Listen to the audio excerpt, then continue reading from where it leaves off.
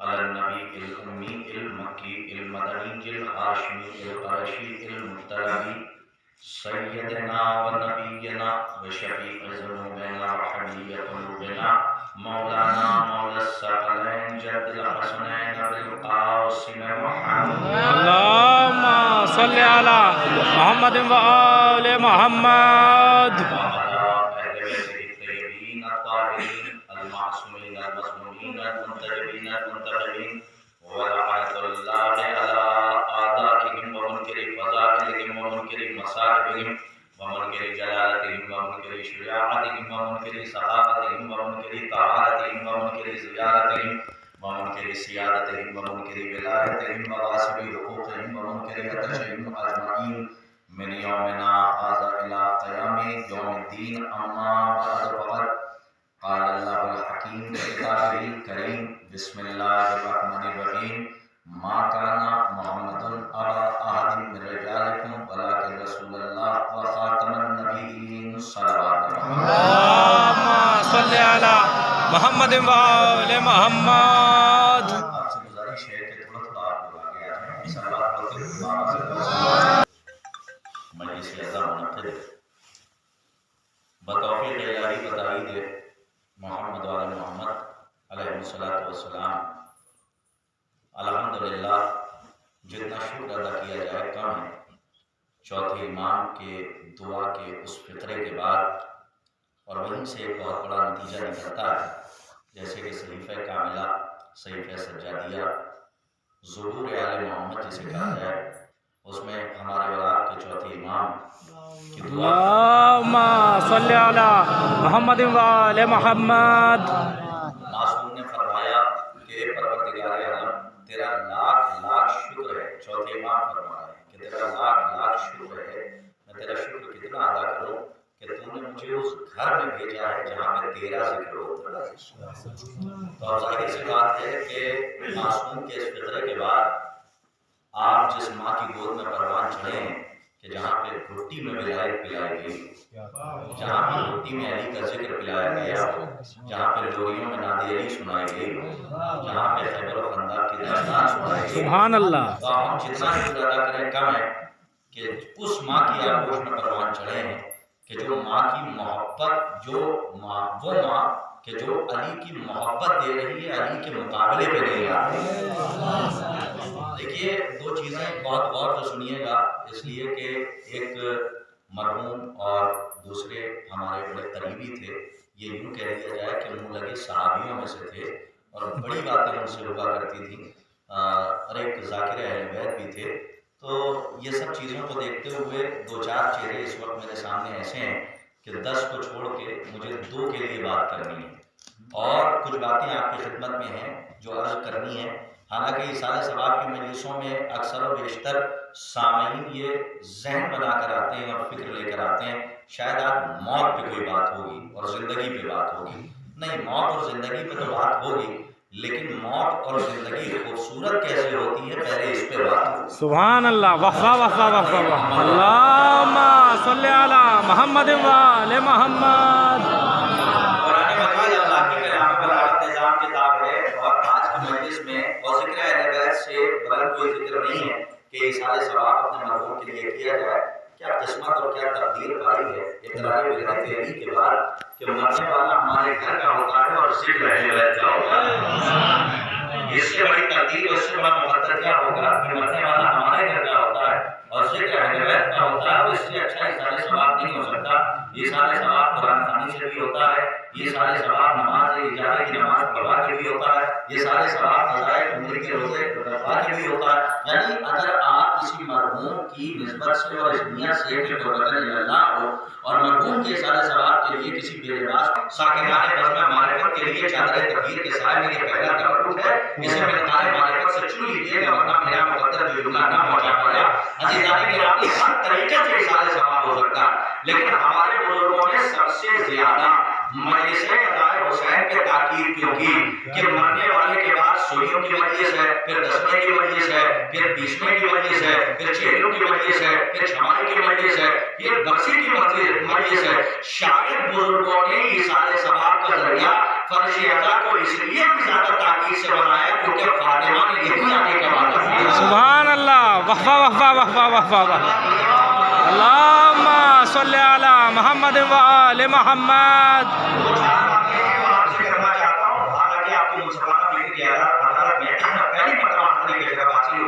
قرآن مجید اللہ کی کلام بلاغت نظام کتاب ہے. تمہید کو چھوڑتے ہوئے نقطے سے بحث کر رہا ہوں اس لیے کہ پونے وقت ہو چکے ہیں اور بہت جلدی جلدی کثرت ہو جائے سے نکل کے کثرت والی نے حاضر درج کرا دی ہے. اور الحمدللہ نماز واجب بھی ہمارے یہاں ہے اور نماز عشق بھی ہمارے یہاں. سبحان اللہ. یاد رکھیے گا. اور کربلا کا پلیٹ فارم ہمارے لیے نمونہ عمل ہے اور ایک آئیڈیل ہے. ہمارے یہاں نماز عشق کی بھی دلیل ہے. عرفان صاحب ہمارے یہاں نماز عشق کی بھی دلیل ہے اور نماز واجب کی بھی دلیل ہے. اور اگر نہ آپ کے سامنے دلیل پیش کروایا تو پھر پڑھنے کا کوئی فائدہ نہیں ہے. کربلا کو ذرا عرفانی نظر سے دیکھیے نماز واجب بھی مل جائے گی.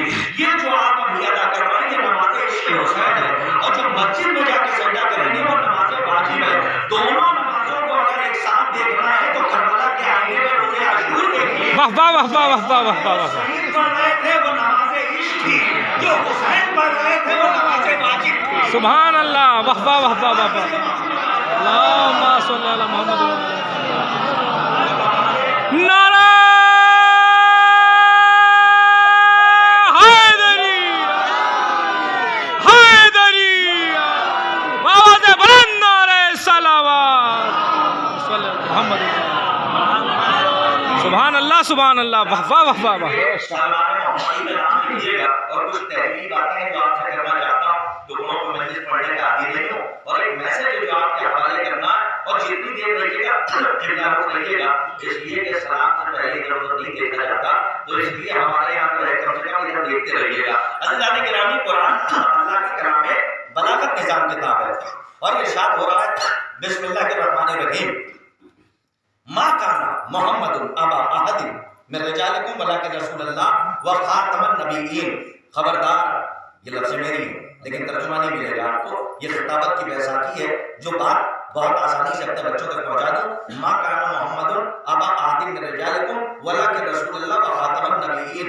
اللہ قرآن میں کہہ رہا ہے عجیب لہجے میں کہہ رہا ہے رجس کے لہجے میں کہہ رہا ہے. کوئی تکلفانہ لہجہ نہیں ہے. رجس کے لہجے میں کہہ رہا ہے کہ محمد تم مردوں میں سے کسی کا باپ نہیں. توجہ قرآن کی آیت کا ترجمہ ہے محمد تم مردوں میں سے کسی کا باپ نہیں. ولیکن رسول اللہ و خاتم النبیین. لیکن اللہ کا رسول ہے اور نبوت اسی میں ختم ہے. اس ترجمے کو یاد رکھیے گا آگے جا کے اس سے استفادہ کروں گا. کیا کہہ رہا ہے قرآن میں اللہ کہ محمد تم مردوں میں سے کسی کا باپ نہیں. ولیکن رسول اللہ و خاتم النبیین. لیکن اللہ کا رسول ہے اور نبوت اسی میں ختم ہے. اس کے بعد کوئی نبی نہیں آئے گا. لیکن میں کیا کروں یہ قرآن ہے ہمارے گھر کی کتاب نہیں ہے بلکہ 73 فرقے کے مسلمان اس قرآن کو مانتے ہیں اور آیتوں کو پڑھتے ہیں. یہ اگر کسی شاعر کی شاعری ہوتی تو آپ نہ مانتے لیکن قرآن کی آیتیں ہیں قیامت تک یہ قول صادق رہے گا اور قرآن میں آیت موجود رہے گی. اللہ نے ایک جگہ پہ لہجہ بدل کے کہا ما کان محمد ابا احد من رجالکم.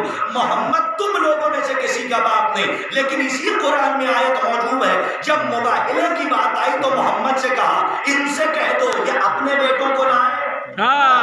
سبحان اللہ.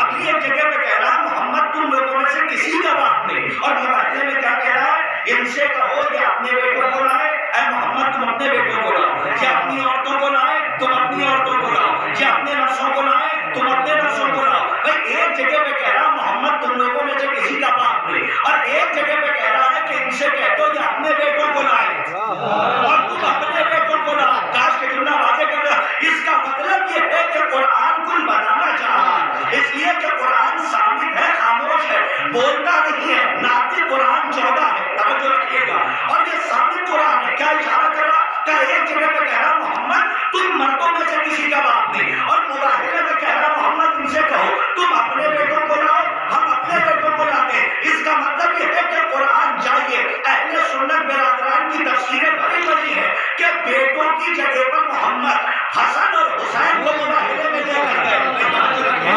بیٹوں کی جگہ پر حسن اور حسین کو لے کر گئے. صرف شیعہ تفسیر نہیں ہے اہل سنت مفسرین نے لکھا کہ مباہلے کے میدان میں جب یہ آیت آئی کہ یہ اپنے بیٹوں کو لائے تم اپنے بیٹوں کو لاؤ. اب دانا و ابنا تم اپنے بیٹوں کو لاؤ یہ اپنے بیٹوں بیٹوں کو لائے تو محمد بیٹوں کی جگہ پر اپنے بیٹوں کی جگہ پر سبحان اللہ بیٹوں کی جگہ پر 2 بیٹوں کو لے گئے، ایک حسن اور ایک حسین. تو اب مجھے کہنے کا حق ہے، اس کا مطلب یہ ہے کہ قرآن بتانا چاہ رہا ہے محمد باپ تو ہے لیکن اولاد فاطمہ اللہم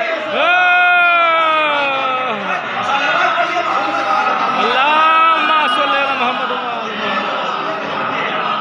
محمد باپ تو ہے لیکن اولاد فاطمہ کے. اب یہاں سے تھوڑا سا اور آپ کی ڈیوٹی بڑھا دیتا ہوں. قرآن کے اندر لفظ رسول آیا اور کیا کہا؟ وَلَا کہ رسول اللہ وہ خاتم النبی، لیکن اللہ کا رسول ہے اور نبوت اسی پہ ختم ہے. دیکھیں ہمارے یہاں 2 عہدے ہیں، توجہ سنیے گا، بلکہ میں 3 عہدوں کی بات کروں. ایک ہے نبوت، ایک ہے رسالت اور ایک ہے امامت. اسے یاد رکھیے گا. اور یہ میرے پاس اتنا وقت نہیں ہے کہ میں کم سے کم 2.5-3 گھنٹوں میں آپ کو سمجھاؤں کہ نبوت کس کے خانوادے میں ہے، رسالت کس کے خانوادے میں ہے، سبحان اللہ کس کے خانوادے میں ہے. سبحان اللہ. جملوں میں بتا رہا ہوں، یہاں سے لے کے حوض علمیہ، نجف اشرف اور قوم مقدس تک کی قرطاس کربلا کی ذمہ داری ہے. جتنا پڑھ رہا ہوں اتنے کا ذمہ دار ہوں. توجہ رکھیے گا. جو منصب آدم سے چلا وہ ہے نبوت. دیکھیں پورے ملنے کی توجہ چاہ رہا ہوں. جو منصب سنیے، جو منصب آدم سے چلا وہ ہے نبوت، جو منصب نوح سے چلا وہ ہے رسالت. سبحان اللہ. جو منصب آدم سے چلا وہ ہے نبوت. بہت توجہ کے ساتھ. جو منصب نوح سے چلا وہ ہے رسالت، جو آدم سے چلا وہ ہے نبوت، جو نوح سے چلا وہ ہے رسالت. کیونکہ پہلے صاحب شریعت جو رسول ہے وہ ہے جناب نوح علیہ السلام. تو جو منصب آدم سے چلا وہ ہے نبوت، جو نوح سے چلا وہ ہے رسالت. اب تیسرا منصب بچتا ہے امامت. مکتب فکر جعفریہ میں یہ قانون ہے کہ امام بنانے کا حق امت کو نہیں ہے. سبحان اللہ. واہ واہ واہ واہ واہ واہ. بنانے کا حق امت کے پاس نہیں ہے. جیسے نبی اللہ بناتا ہے، رسول اللہ بناتا ہے، ویسے ہی امام بنانے کا حق بھی اللہ کے پاس ہے. بس یہاں پہ تھوڑا سا اختلاف ہو جاتا ہے. وہ کہتے ہیں کہ شورا کے ذریعے بھی امام بنایا جا سکتا ہے، لیکن ہم یہ کہتے ہیں کہ جیسے نبی امام بناتا ہے، اللہ امام نبی بناتا ہے اور اللہ رسول بناتا ہے، تو اسی طریقے سے شیعہ اشعری کا عقیدہ ہے، مکتب فکر جعفریہ کا عقیدہ ہے کہ امام بنانے کا حق بھی امت کے پاس ہے. یہ لوگوں کی ووٹنگ کا نہیں ہوتا، الیکشن کا نہیں ہوتا. سبحان اللہ. الیکشن کا ہوتا ہے. واہ واہ واہ واہ واہ واہ واہ. الیکشن کا نہیں ہوتا. دیکھیں لفظوں کے جال اور خطابت کی چال میں نہیں الجھانا چاہتا. جو بات کروں گا بغیر دلیل کے نہیں کروں گا. اور قرآن میں آیتیں اگر نہ ہو تو آپ مجھے منبر پہ بیٹھنے نہ دیجیے گا، اس لیے کہ بگڑے ہوئے دور میں سدھرے ہوئے موضوع پر میں بول رہا ہوں. اس لیے کہ آج کے دور میں ان موضوعات پہ بولنا ایسا ہی ہے کہ جیسے آگ کا دریا ہے اور ڈوب کے جانا ہے. تو آپ سب کو اس کا ساتھ دینا پڑے گا تاکہ دفاع اہل بیت میں زبان کھولی جائے اور لوگوں کو جواب دیے جائے. جیسے نبی بنانے کا حق امت کے پاس نہیں، رسول بنانے کا حق امت کے پاس نہیں، ویسے ہی امام بنانے کا حق امت کے پاس نہیں. تو اب یہ دلیل امام دیں گے. چلیے جو منصب آدم سے چلا اور توجہ وہ ہے نبوت، جو نوح سے چلا وہ ہے رسالت. تو اب یہ بتائیے کہ منصب امامت کہاں سے لائیں گے؟ بھائی توجہ رکھیے گا. لیکن قرآن کو غور سے پڑھیے. جو منصب آدم سے چلا وہ نبوت، جو نوح سے چلا وہ رسالت، اور جو منصب امامت کا منصب جس نبی سے چلا وہ ہے ابراہیم. سبحان اللہ. جو منصب امامت جو منصب یعنی ابراہیم سے چلا وہ ہے منصب امامت. اب 5 منٹ کی زحمت ہے انشاءاللہ آگے باتیں بہت آسان ہو جائیں گی. کیسے ملا منصب امامت جناب ابراہیم کو؟ اپنے بچوں تک بات پہنچا رہا ہوں. 3 دن تک خواب دیکھا. توجہ، خلیل ہے نا، خلیل ہے، اللہ کے دوست ہیں. ایک بات بتائیے، اتنا بڑا بندہ بیٹھا ہے اور جو گھر بیٹھے ہیں وہ وہاں سے بات میں جواب دے دے. میں ایک سوال کرنا چاہتا ہوں، کیا جناب ابراہیم نبی اللہ پر فرشتے نہیں آتے تھے؟ آتے تھے. وہی نازل ہوتی تھی تو فرشتہ لاتا تھا. تو جب فرشتے آتے تھے تو 3 دن خواب کیوں دکھایا؟ سوالوں کے جواب دینے. بھائی 3 دن کا خواب کیوں دکھوایا؟ بھائی کسی فرشتے کو بھیج دیتا اور کہہ دیتا ابراہیم اپنے بیٹے اسماعیل کو مینا کے میدان میں لے جاؤ، اللہ کا حکم ہے چھری چلاؤ، اللہ کی بارگاہ میں قربان کر دو، لیکن کسی فرشتے کو نہیں بھیجا، کاش کے کردار پہنچانے میں کامیاب ہو گئے، میں کسی فرشتے کو نہیں بھیجا بلکہ اپنے نبی ابراہیم خلیل اللہ کا امتحان لیا۔ اور کیسے لیا؟ کہ 3 دن تک خواب دکھایا، 1 دن دیکھا خاموش رہے، 2 دن دیکھا خاموش رہے، جب تیسرے دن خواب دیکھا تو اپنے بیٹے اسماعیل کے پاس آئے اور آنے کے بعد کیا فرمایا کہ میں نے ایسا ایسا خواب دیکھا ہے۔ اچھا اسماعیل نے کیا کہا کہ بابا آپ نے جو دیکھا ہے اس پہ مینوان عمل کیجئے۔ اب جناب ابراہیم گئے، بھائی بہت توجہ، ابراہیم گئے مینا کے میدان میں، اپنی آنکھوں پہ پٹی باندھی۔ یہاں پہ غلطی ہو جاتی ہے ہم سے بھی، ہم یہ کہتے ہیں کہ نبی ڈر گیا، نبی نہیں ڈرتا، چاہے پہلو میں بیٹھنے والا ڈر جائے۔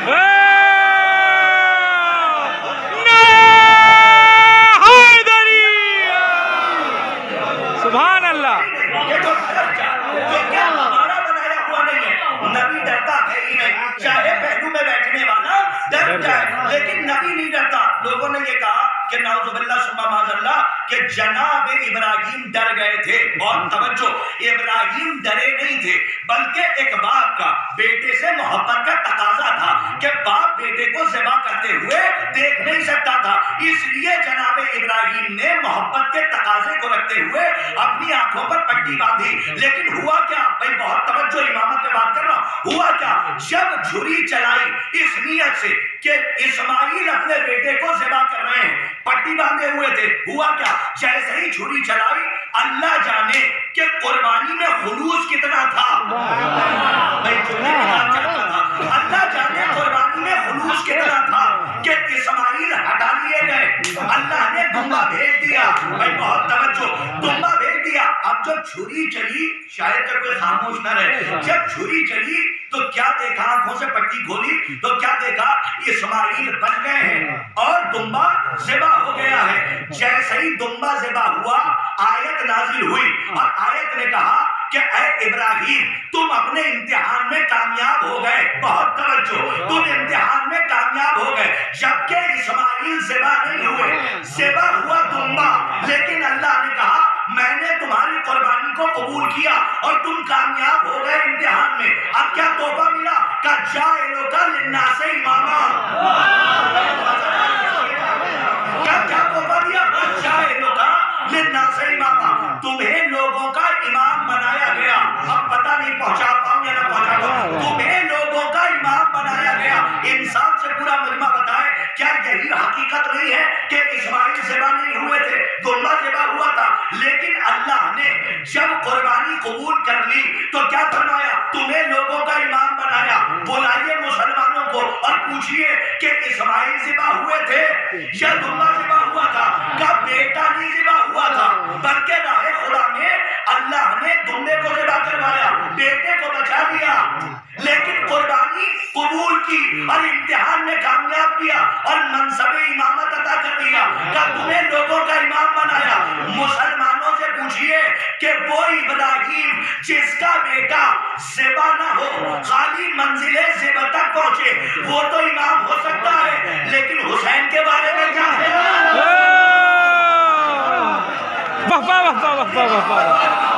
اللہم صلی علی محمد و آل محمد۔ اس حسین کے بارے میں کیا خیال کہ جس نے پورا کا پورا گھر راہ خدا میں قربان کر دیا ہو، لیکن صاحب یہاں پہ مسلمان پھنس گیا، یہ سمجھ بیٹھا کہ یہی ذبح عظیم ہے۔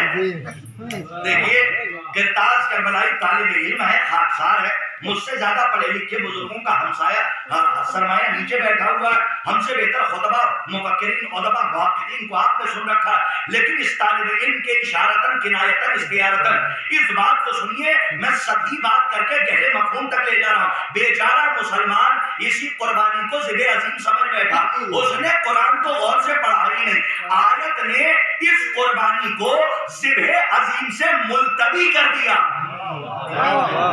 کمائل صاحب اس جملے کو آپ سے بہتر کون سمجھے گا؟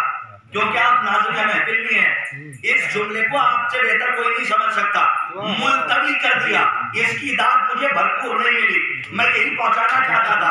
اس کو ذبح عظیم نہیں کہا بلکہ اس قربانی کو ذبح عظیم سے ملتوی کر دیا. نہیں پہنچے آپ؟ ملتوی کسے کہتے ہیں؟ ایک لفظ ہے اختتام اور ایک لفظ ہے التوا. اختتام کا مطلب ہے فل اسٹاپ، اب اس کے آگے کچھ نہیں. التوا کا کیا مطلب ہے کہ ہماری آج کی محفل اگلے سال تک کے لیے، سبحان اللہ، واہ واہ واہ واہ واہ واہ واہ، اگلے سال تک کے لیے ملتوی کی جا رہی ہے. کا کیا مطلب؟ کا ختم نہیں ہوئی ہے. اگلے سال اسی دن، اسی جگہ پر، اسی موقع پر یہ محفل منعقد ہوگی. اس کا مطلب یہ ہے کہ اللہ نے اس قربانی کو، اسماعیل کی قربانی کو ذبح عظیم سے ملتوی کر دیا. نہیں پہنچے آپ؟ ذبح عظیم سے ملتوی کر دیا. یہ قرآن کی آیت ہے. اللہ کہہ رہا ہے کہ میں نے اس فدیے کو قبول کیا. پڑھنے والے بیٹھے ہوئے، اس فدیے کو قبول کیا، ذبح عظیم سے ملتوی کر دیا. ایک چیلنج کر رہا ہوں اس منبر سے. چیلنج صرف علی کی زبان سے اچھا لگتا ہے، لیکن ان کی نالین پاک سے لکھی ہوئی گھر کا صدقہ مانگ کر یہ چیلنج طالب علم کر جا رہا ہے.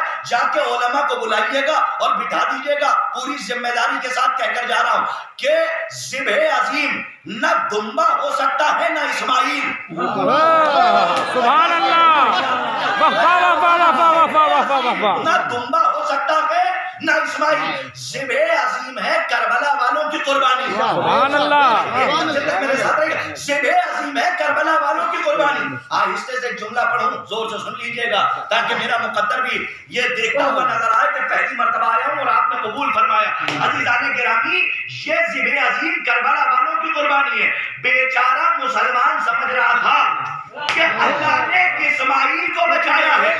اسماعیل کو نہیں بچایا تھا، بلکہ صلب اسماعیل میں جو نور محمد تھا اسے بچایا.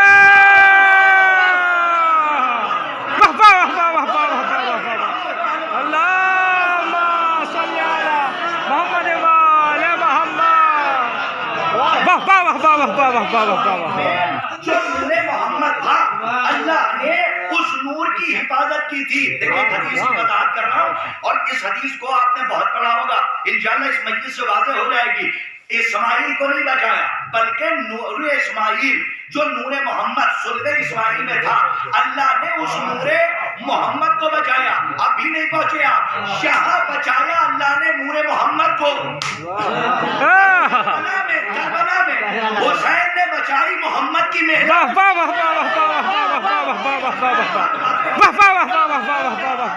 نے بچایا نور محمد. ایک حدیث کی وضاحت کر رہا ہوں. یہاں پہ بچایا اللہ نے نور محمد، کربلا میں حسین نے بچائی محمد کی محنت. ابھی نہیں سمجھے؟ اسی لیے تو رسول نے کہا تھا حسین و منی والا من اللہم صلی علی محمد وآل محمد. نعرہ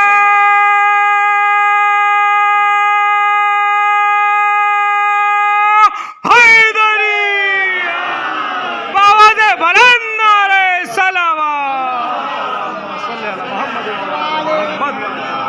سبحان اللہ، سبحان اللہ، واہ واہ واہ واہ. میں یہ سوچ رہا تھا کہ یہاں پہ ہمارے کچھ بھائی بیٹھے ہوئے ہیں. ہم نے ان سے کہا تھا کہ آج کی مجلس کا موضوع ہوگا محمد کی اکلوتی بیٹی. لیکن اب یہاں پہ آنے کے بعد بہرحال دستک ہوئی کہ وہ موضوع میں نے تبدیل کیا اور آج امامت کی حکمت پہ بات کروں گا. اس سے بہتر اصالہ ثواب اور کچھ ہمارے یہاں کی الجھی ہوئی گتھیاں کوشش کروں گا کہ اسے سلجھایا جائے. صلوات پڑھیے محمد. اللہم صلی علی محمد وآل محمد. دیکھیے عزیزان گرامی، ایک بات یاد رکھیے گا، قرآن کا اپنا مزاج ہے. انشاءاللہ یہ بھی لطف آئے گا آپ کو. قرآن کا اپنا مزاج ہے اور مزاج یہ ہے کہ قرآن اپنے دامن میں نامکمل بات کو نہیں رکھتا. اپنے دامن میں نامکمل بات کو، میں موضوع پر ہوں. دیکھو قرآن کے اندر نامکمل بات نہیں ہے کیونکہ محمد کے بعد نبی نہیں آنے والا تھا. آج کے بعد واضح ہو جائے تو اللہ نے قرآن کے دامن میں آیت رکھ دی کہ اب محمد کے بعد کوئی نبی نہیں آئے گا. دین مکمل نہیں ہوا تھا تو سوالات کو بٹھایا، علی کو اٹھایا، خود کو چھپایا،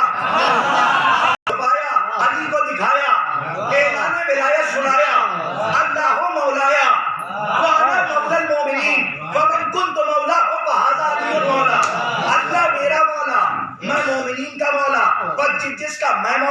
اس کا یادی مولا جیسے ہی اس اعلان ولایت کے لفظ کو عرش الہی نے محسوس کیا، شرماتی ہوئی آیت آ گئی اور ارشاد ہوا بسم اللہ الرحمن الرحیم الیوم اکملت لکم دینکم واتممت علیکم نعمتی ورضیت لکم الاسلام دینا۔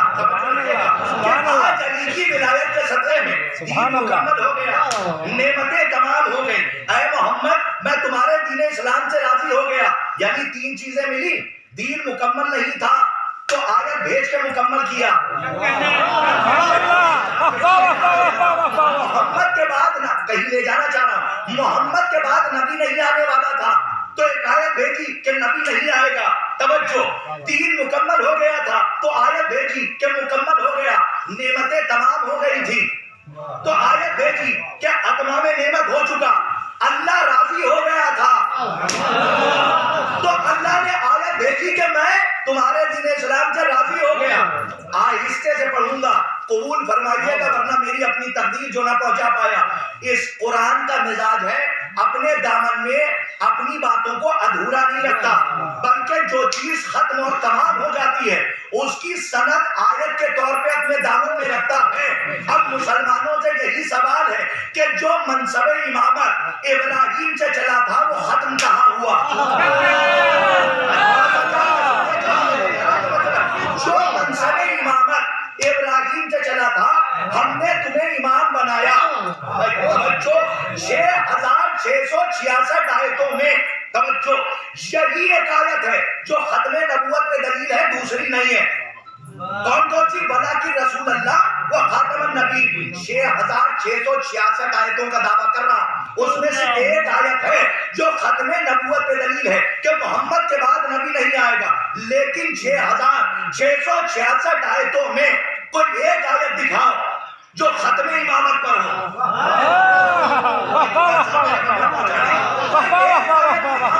کہ جو ختم امامت پر ہو، آغاز امامت کی آیت ہے کہ منصب ابراہیم، منصب امامت ابراہیم سے چلا، لیکن اتمام امامت پر کہ امامت یہاں پر تمام ہو گئی، تمام ہونے پر کوئی آیت نہیں ہے، تو پھر ہمیں کہنے کا حق ہے کہ جو منصب امامت ابراہیم سے چلا تھا وہ اب تک ختم نہیں ہوا ہے، ورنہ آیت قرآن میں ہوتی، اور جب وہ ختم نہیں ہوا تو اس بات کی دلیل ہے کہ کوئی ابھی بھی امام ہے جو بغیر خیر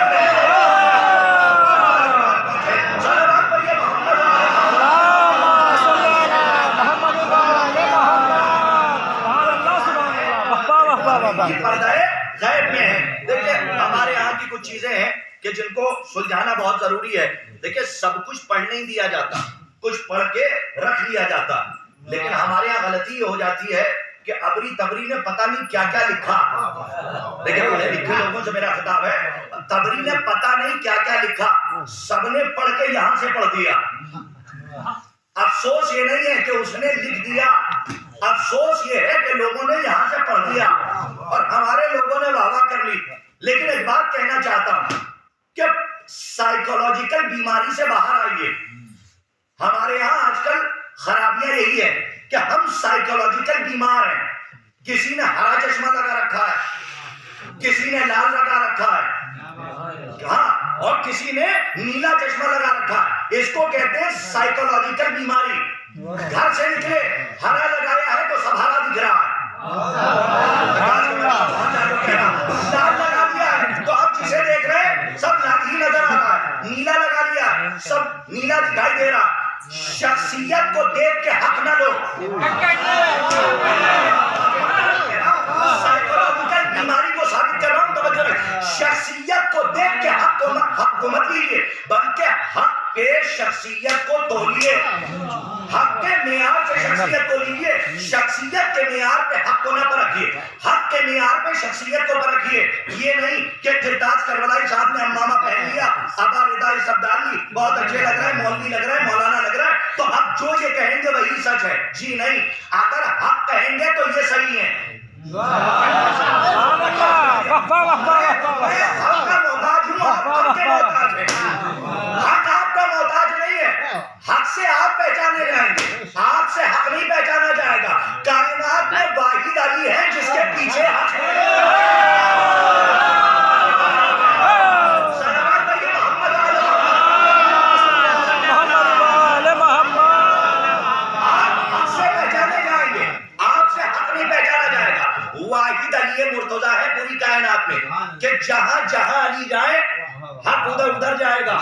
میں نے موضوع سے انحراف نہیں کیا، موضوع پر ہی ہوں، لیکن بات آ گئی ہے تو اپنے بچوں کو پیغام دے دوں کہ سائیکولوجیکل بیماری سے نکلو. اسی کا دوسرا نام ہے شخصیت پرستی. اور پرانے دور میں ہوتی تھی بت پرستی، آج ہوتی ہے شخصیت پرستی. ان دونوں میں کوئی فرق نہیں ہے. وہاں بھی خاموشی سے سن لیا جاتا تھا، بات واضح ہو جائے، اور یہاں بھی جو کہہ دیا جائے جی جی سرکار آپ نے جو کہہ دیا وہ صحیح ہے. جی نہیں، اللہ نے عقل کا ترازو آپ کو بھی دیا، فانوس سے دماغ میں عقل کی شمع روشن کی ہے. جب کوئی بات سنیے تو آواز دستک دیتی ہے، چیز دستک دیتی ہے کہ یہ بات صحیح کہہ رہا یا غلط کہہ رہا. میں ثابت کر لے جاؤں، شخصیت کے معیار پہ حق کو نہ لیجیے، حق کے معیار پہ شخصیت کو رکھیے. ارے پڑھیے جا کے جنگ جمل، فلک جناب عزت مآب ابو غلام مولا قدیر کے ایک ایک فکرے پر ہماری کروڑوں نسلیں قربان ہو جائیں. جنگ جمل کے موقع پر ایک آیا، آنے کے بعد کہہ رہا یا علی میں پریشان ہوں. تب کو پریشان ہے کہ دونوں طرف بڑے لوگوں کو دیکھ رہا. بہت عجیب فکر ہے مولا کا، قیامت تک کے لیے بہت بڑا سبق ہے. آنے والے نے آ کے پریشان، دونوں طرف بڑے لوگوں کو دیکھ رہا. ایک طرف ازواج ہے، ایک طرف آپ ہے. یہ سوچ رہا ہوں کہ جاؤں تو کہاں جاؤں. علی چاہتے تو کہہ دیتے کہ میں ہی صراط مستقیم ہوں، آ جا میری طرف. کیا وہ نہیں آتا؟ آ جاتا. لیکن امام ہوتا ہی وہ ہے جو ماضی، حال، مستقبل، پریزنٹ، فیوچر اور پاسٹ کو، تینوں زمانوں کو اپنے سامنے ایسے رکھے جیسے ہاتھ کی ہتھیلی. علی آنے والا زمانہ دیکھ رہے تھے. علی نے فوراً نہیں کہا کہ میں ہی حق ہوں، آ جا میری طرف، بلکہ پلٹ کے کہا تیرا نظریہ غلط ہے. کیا مطلب؟ کہ دونوں طرف بڑے لوگوں کو نہ دیکھ، یہ دیکھ کہ حق کس کی طرف ہے.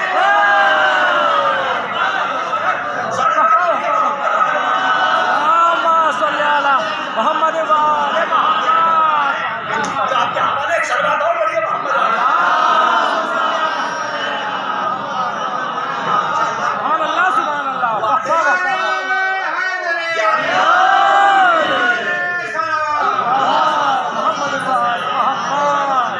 بات واضح سے واضح تر ہوتی چلی جائے گی اور آپ کے چہرے گلاب ہوتے جائیں گے. ہمیں بھیڑ نہیں دیکھنی ہے، ہمیں تعداد سے مطلب نہیں، استعداد سے.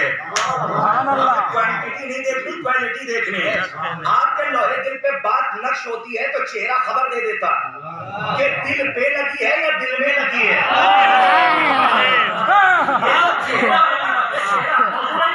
لیکن یہ جو چہرہ ہے یہ اندر کا اخبار ہوتا ہے، یہ اندر کے حالات کو بتاتا ہے کہ اندر کے حالات کیا ہیں. اندر تو کوئی جھانک کے نہیں دیکھ سکتا، یہ چہرہ خبر دیتا ہے کہ دل پہ لگی ہے یا دل میں لگی ہے. چہرے کا اتار چڑھاؤ بتا دیتا ہے کہ آپ کے دل پہ لگی ہے. لہجے کی بات چاہتا ہوں، میرے زبان میں ہے یا دل میں لگی ہے. لہجہ بدل جائے تو معنی بدل جاتے ہیں. یہ میرا موضوع نہیں ہے، لیکن سنیے گا، امام ووٹنگ سے نہیں بنتا. اپنے موضوع پر امام سلیکشن کا نہیں ہوتا، اللہ کے سلیکشن کا ہوتا ہے، آپ کے الیکشن کا نہیں ہوتا. اور سنو، عجیب تعریف کر رہا ہوں، ہو سکتا ہے کہ بچوں کو آیت نہ یاد ہو، کہ کاش کے اسی پہ مجلس ہو جائے. بچوں کو آیت نہ یاد ہو، رضوان صاحب، ہو سکتا ہے کہ صاحب بچوں کو حدیث نہ یاد ہو، روایت نہ یاد ہو جائے، لیکن مکتبہ فکر جعفریہ کی آج یہ طالب علم امامت کی وہ تعریف کر کے جا رہا ہے کہ بچوں کو یاد ہو تو منافق کے لیے خنجر سے کم نہیں ہے. میں توجہ رکھیے گا، سنیے کہ امام کسے کہتے ہیں. جملہ ایک ہے لیکن معرفت کی کائنات کو سمیٹے ہوئے. آیت نہیں سنا پائیے گا، روایت کتنی سنائیے گا. سنیے، مکتبہ فکر جعفریہ میں امام کہتے ہی اسے ہیں جو محتاج بیعت نہ ہو.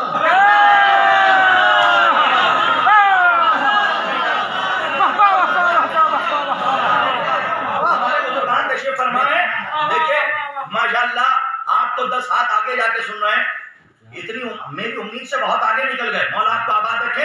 امام کسے کہتے ہیں؟ یہ کوئی لفظوں کا جال، خطابت کی چال والا جملہ نہیں ہے، مبنی پر حقیقت بات ہے. آپ کی فکر نجف تک، تیر اپنے ہدف تک. بس آپ پہنچاتے رہیے گا فکر کو نجف تک تاکہ تیر ہدف تک پہنچتے رہے. باقی میں نے بہایا، نشے کو خود تلاش کر لے گا. عزیزوں، امام کہتے ہی اسے ہیں جو محتاج بیعت نہ ہو. کتنی بار پڑھی ہے جملہ، یہ تعریف ہے امام کی کہ جو محتاج بیعت نہ ہو. اب بچے پوچھیں گے کیا مطلب؟ کیا بیعت مانگی نہیں گئی؟ نہیں، وہ مانگنا اور ہے لیکن بھیک مانگنا اور ہے. نہیں پہنچے آپ؟ نہیں. یہی تو کہا گیا تھا حکم دیا گیا تھا، یہ مانگا نہیں گیا تھا، التماس نہیں کی گئی تھی کہ ہمیں یہ دے دیجئے، نہیں، حکم دیا گیا تھا آؤ علی کی بیعت کرو، آؤ ان کی بیعت کرو، آؤ معصوم کی بیعت۔ اللہ کا حکم ہے، تم سے گزارش نہیں ہے، کیونکہ یہ محتاج نہیں ہے، تم محتاج ہو۔ امام کہتے ہی اسے ہیں جو محتاج بیعت، انشاءاللہ بہت ہوتا ہے، امام اسے کہتے ہیں جو محتاج بیعت نہ ہو۔ کا کیا مطلب؟ کہ بیعت کرو گے تب بھی امام، بیعت کرو گے تب بھی امام، اور نہیں کرو گے تب بھی امام، کیونکہ تم نے نہیں بنایا ہے، اللہ نے منصب امامت دے کے بھیجا ہے۔ اور اگر ابھی بھی انانیت کی چادر اوڑھ کے لیٹے ہو تو ہم طلبا کا چیلنج ہے، علماء کا نہیں، ہم طلبا کا، پہلے طلبا کی بات کا جواب دیجیے، جاؤ تحقیق کر کے آؤ، جب تمہاری تحقیق اندھی ہو جائے، کتابوں میں پڑھی ہوئی گرد اعتراف شکست کی تحریر بن کر تمہاری نسلوں کی پیشانی پہ نمودار ہو جائے، تب شیعہ منبر کے قریب آنا۔ ہمارا چیلنج ہے، پھٹی سے پھٹی کتاب میں، ٹوٹے سے ٹوٹے قلم سے، جھوٹے سے جھوٹے راوی کی تو ایک روایت لا کے دکھاؤ، منہ مانگی قیمت دیں گے کہ جن 12 اماموں کو ہم مانتے ہیں ان میں سے کوئی ایسا بھی گزرا ہو جو مدینے کی گلی میں رات کے اندھیرے میں لوگوں کے گھر جاتا ہو اور کنڈی کھٹکھٹا کے کہتا ہو آؤ میری بیعت کرو۔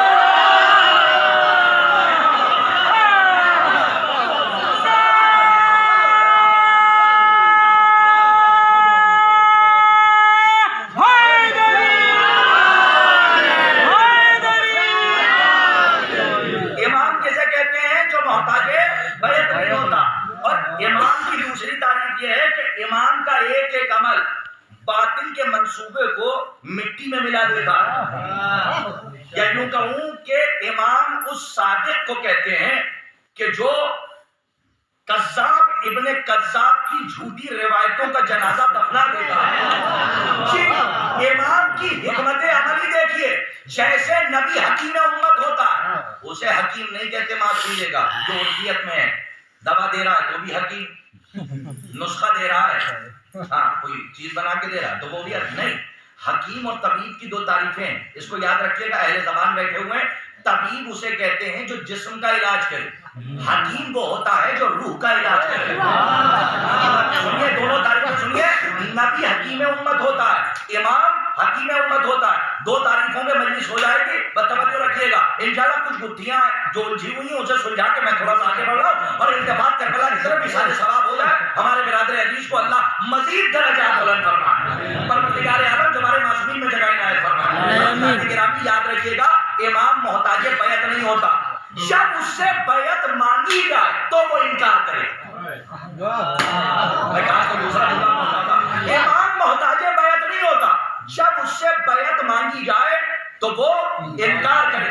اور امام کی حکمت عملی ہے کہ امام کی حکمت باطل کے منصوبوں کو مٹی میں ملا دیتی ہے، مٹی میں ملا دیتی ہے۔ اگر آپ کو دیکھنا ہے تو تھوڑا سا آگے بڑھیے تو میں آپ کو دکھاؤں، ہمارے اور آپ کے یہی گتھی ہے جو مجھے سلجھانا ہے۔ انشاءاللہ اگر پوری کائنات بھی کھڑی ہو کے داد دے تو شاید یہ نتیجہ جو تبرک خیال محمد کا بڑا اور داد چھوٹی ہو۔ عزیزوں یاد رکھیے گا، امام محتاج بیعت نہیں ہوتا، جب بیعت مانگی جائے تو انکار کرے۔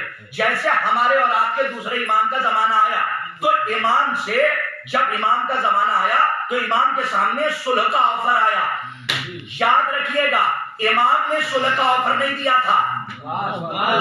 میں نے بچوں کو یہ جو غلط فہمیاں ہیں یہ نکالو، ایک ہی جملے کو یاد رکھنا، صلح کا آفر وہاں سے آیا تھا، پڑھنے والے بیٹھے، بس امام حسن نے اس کو ایکسپٹ کیا، کیونکہ حکمت یہ تھی کہ اس وقت تلوار سے نہیں بلکہ قلم سے اسلام بچے گا، تو اس لیے امام جانتا تھا کہ یہاں پہ جہاد بالسیف ہوگا یا جہاد بالقلم ہوگا، تو امام جانتا تھا کہ جہاد بالقلم سے اسلام بچے گا، تو امام نے اس صلح کے آفر کو ایکسپٹ کیا۔ اب پتہ نہیں کہ میرا جملہ پہنچے نہ پہنچے، صلح کا آفر وہاں سے آیا تھا، حسن نے نہیں دیا تھا، ابھی نہیں پہنچے آپ۔ اب جو ڈر جاتا ہے وہ صلح کا آفر دیتا ہے، اب جو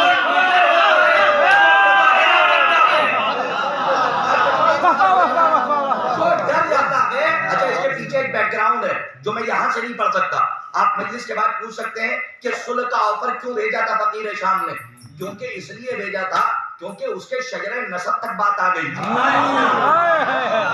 مسجد نبوی کا وہ واقعہ یاد ہے جب اس نے بلایا کہ علی کے بیٹے حسن کو بلایا جائے، تو جب پہنچے تو عمرو عاص بھی موجود تھا، مروان بن حکم بھی موجود تھا اور خود یہ بھی موجود تھا۔ جب اس وقت یہاں پہ امام حسن آئے تو ایک مرتبہ کیا جملہ ہے خدا کی قسم تاریخ کے دامن میں، اسی کے بعد ڈر کے مارے انہوں نے صلح کا آفر دیا، اب یہ اگر شجرہ نسب کھول دے گا تو ہمارا تو بیڑا غرق ہو جائے گا، اس لیے چپ چاپ صلح کا آفر دیا۔ کب دیا جانتے ہیں؟ 3 جملے سنیے، مسجد نبوی ہے، ایک مرتبہ حسن کے بیٹے نے کوثر نے ابتر زادوں کی آنکھوں میں آنکھیں ڈالی، مالک غیرت بول رہا تھا، بے غیرت سن رہے تھے، اور کاش کا جملہ پہنچے۔ امام حسن مشتبہ نے، جملہ ایک ہے پہنچے تو بولیے، امام حسن نے مروان سے پوچھا یہ بتا کہ تیرے باپ کا نام کیا ہے؟ جملہ ایک ہے لیکن قیامت ہے۔ امام حسن نے کہا یہ بتا، بھری مسجد نے پوچھا کہ یہ بتا تیرے باپ کا نام کیا؟ اس نے کہا حکم، کہا صحیح بتا۔ سبحان اللہ، سبحان اللہ، سبحان اللہ، نے کہا صحیح بتا۔ عمر کھڑا تھا، اسے کہا تیرے باپ کا نام کیا ہے؟ کہا آج، کہا غلط، صحیح بتا۔ ان سے پوچھا تمہارے باپ کا نام کیا ہے؟ تو انہوں نے بتایا، کہا غلط، صحیح بتا، یا مجھ سے کہہ دے میں منبر پہ جا کے سب کا شجرہ بتاؤں کہ کون کس کا باپ ہے۔ اس وقت یہ ہارا اور اس وقت اس نے صلح کا آفر بھیجا۔ امام حسن مشتبہ کی حکمت عملی تھی کہ صلح کے آفر کو ٹھکرایا نہیں بلکہ اس کو ایکسپٹ کیا۔ کیوں؟ کیونکہ اس وقت بھی اسلام اس سے بچایا جا سکتا تھا، امام سے بہتر کوئی نہیں جانتا۔ لیکن سنیے صاحب، جہاں تک آگے ہوں اس کو یاد رکھیے گا، امام محتاج بیعت نہیں ہوتا، بیعت مانگی جائے تو انکار کرتا ہے۔ جب امام کے سامنے یہ بات آئی نا بیعت کی، دوسرے امام کے سامنے، تو امام حسن مجتبیٰ نے تلوار نہیں اٹھائی، تھکیے گا نہیں، تلوار نہیں اٹھائی بلکہ قلم اٹھایا، بھائی توجہ، بلکہ اپنی شرطوں کو منوایا اور ایسے جیسے حاکم وقت منواتا ہے۔ ایک شرط کو سنیے گا بلکہ سوال، اپنی شرطوں کو منوایا۔ تب پہلی شرط امام حسن ایک ترتیب سے نہیں سناؤں گا کیونکہ 4 شرطیں یا 3 شرطوں پہ بات ختم کرنی ہے، آگے بڑھنا ہے مجھے، توجہ رکھیے گا۔ امام حسن مجتبیٰ نے پہلی شرط لگائی کہ سن، جہاں جہاں بھی علی مرتضیٰ کو برا کہا جا رہا ہے ممبروں سے، حالانکہ وہ ممبر نہیں جہاں سے برا کہا جائے، وہ تختہ ہوتا ہے، ممبر وہی ہے جہاں سے فضائل علی سنائے جائے۔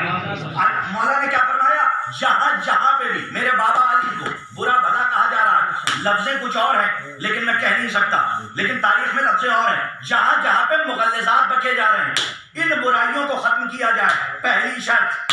دوسری شرط، جہاں جہاں بھی علی کے چاہنے والے ہیں ان پر ظلم نہ کیا جائے، بھائی توجہ۔ اور تیسری شرط کہ اب قرآن اور سنت پر عمل کرے گا۔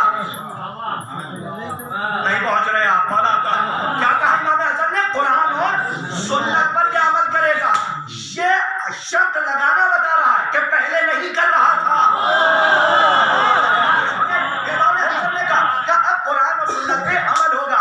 اب سنیے چوتھی شرط جو قیامت کی شرط ہے، جس موضوع کو ہم مصائب کا موضوع سمجھتے ہیں وہ تاریخ کا بہت بڑا نقطہ ہے جسے ہم جیسے طالب علم چھوڑ کے چلے جاتے ہیں۔ آج کی مجلس یاد رہ جائے گی، اس احقر الزمن حقیر فقیر عبد ذلیل سراپہ تقصیر کو اپنی دعاؤں میں نماز تہجد میں یاد کیجیے گا۔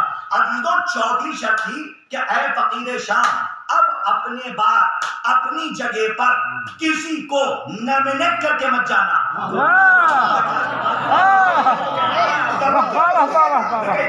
حکمت امام سنیے، امام کا ایک عمل باطل کے منصوبے کو مٹی میں ملا دیتا، اس کو ثابت کرنا۔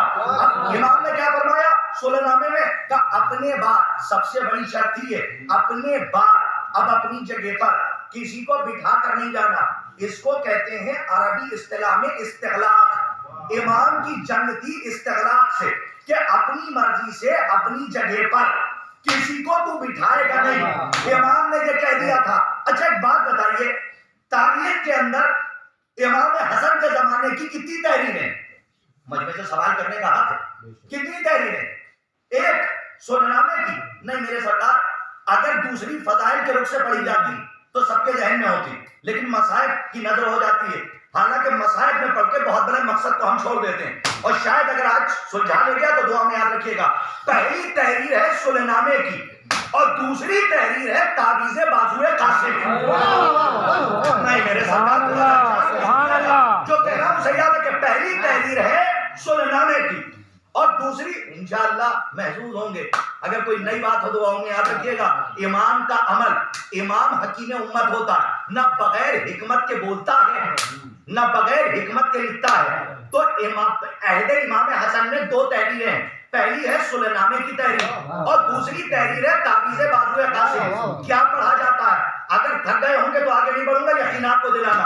عزیزان گرامی، کیا پڑھا جاتا ہے؟ ہمارے یہاں یہ پڑھا جاتا ہے اور صحیح ہے، غلط نہیں ہے، لیکن ایک بہت بڑا مقصد ہے جو پیچھے چھوڑ دیا جاتا ہے۔ اس جملے سے پڑھا یہ جاتا ہے کہ شہادت کی اجازت کے لیے، توجہ، امام حسن مجتبیٰ نے امام نے اپنے بیٹے اپنے وارث کے بازو پر تعویذ باندھ دیا تھا کہ جب شہادت کا وقت آئے تو اجازت مل جائے۔ تو اتنے بڑے مجمع سے میں ایک سوال کر سکتا ہوں، جن کے کاش کے جملے کی لاج رکھی جائے، جن کے نام شہادت نامے میں نہیں تھے انہیں تو حسین پہلے ہی مدینے چھوڑ آئے تھے۔ سبحان اللہ، سبحان اللہ، سوچ کے بولیے گا سبحان اللہ۔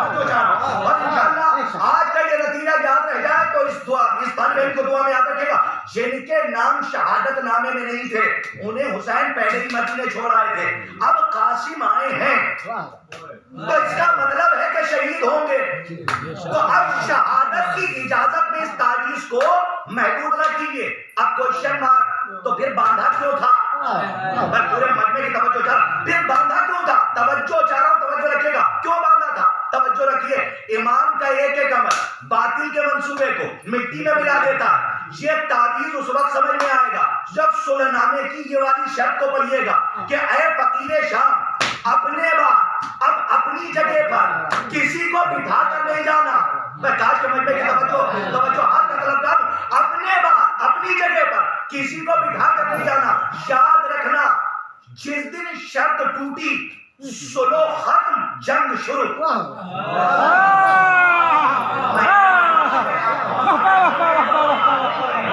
میں نے سمجھایا نہیں نا، اس لیے بچے مجھے دیکھ رہے ہیں۔ شرط اور مشروط کا قانون ہے، شرط چلی گئی مشروط ختم ہو جاتا ہے۔ سبحان اللہ۔ مشروط ہے صلح اور شرط کیا ہے کہ اپنی جگہ پر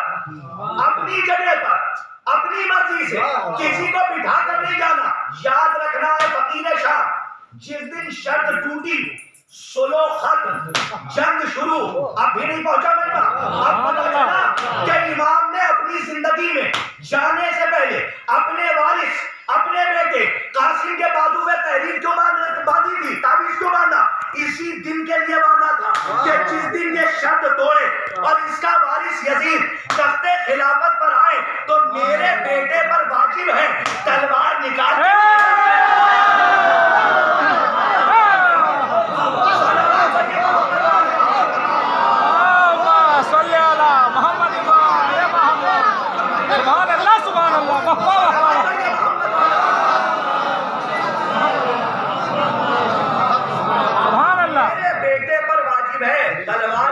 کے میدان میں آ جائے۔ یہی وجہ تھی کہ کربلا کے میدان میں، کربلا کو اگر اس نظر سے دیکھیے گا تو بہت سی چیزیں جو الجھی ہیں سلجھ جائیں گی۔ امام نے نا، دیکھیں مسائل نہیں پڑھ رہا، امام نے ابھی تو 35 منٹ ہوئے ہیں، مجھے صرف اور صرف 20 منٹ میں ممبر چھوڑ دینا ہے، توجہ رکھیے گا، بڑی تیزی سے آگے بڑھ رہا ہوں۔